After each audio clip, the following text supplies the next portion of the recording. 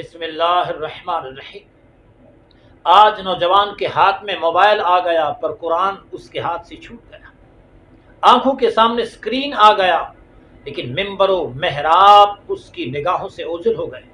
کانوں میں میوزک کی آواز تو آ گئی لیکن قرآن کی تلاوت نہ آ سکی۔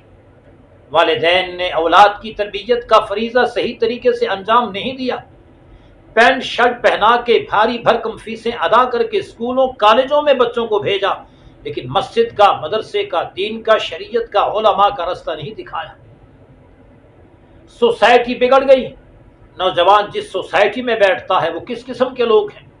ارشاد فرمایا المرء علی دین خلیلہ، بندہ اپنے دوست کے طریقے پر ہوتا ہے، دوست کے دین پر ہوتا ہے۔ جیسے سوسائٹی دوست ہوتے ہیں ویسے بندے کا حال بن جاتا ہے۔ علم دین سے دور ہو گئے۔ اللہ پاک کے حبیب علیہ السلام نے ارشاد فرمایا من یرد اللہ بہ خیرا یفقہہ فی الدین، اللہ پاک جس کے ساتھ خیر کا ارادہ فرماتا ہے اس کو دین کی سمجھ عطا فرماتا ہے۔ دین کی سمجھ علماء سے آئے گی، دین کی سمجھ صلحاء سے آئے گی، دین کی سمجھ اللہ کے نیک بندوں اور متقین سے آئے گی۔ اس طرف ہم جاتے نہیں، نوجوان جاتا نہیں تو دین کی سمجھ کیسے آئے گی؟ پورا ماحول نیٹ کی لپیٹ میں آ گیا، بے حیائی، فحاشی اور یعنی زوروں پر ہے۔ نوجوان کا رستہ اس سے گم ہو گیا، وہ آوارہ بنتا جا رہا ہے، بھٹکتا جا رہا ہے۔ آخر کیا کیا جائے؟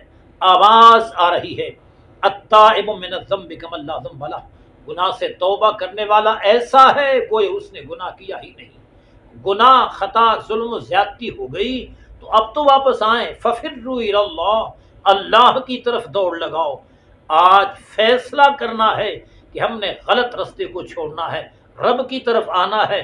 نوجوانوں کو گائیڈ لائن دینی ہے، وہ قرآن ہے، وہ حدیث ہے، وہ اسلام ہے، وہ شریعت ہے، وہ سلف صالحین کا رستہ ہے۔ کاش ہم وہ رستہ اپنائیں تو پھر وہ دن آ سکتے ہیں جو صدر اسلام میں تھے۔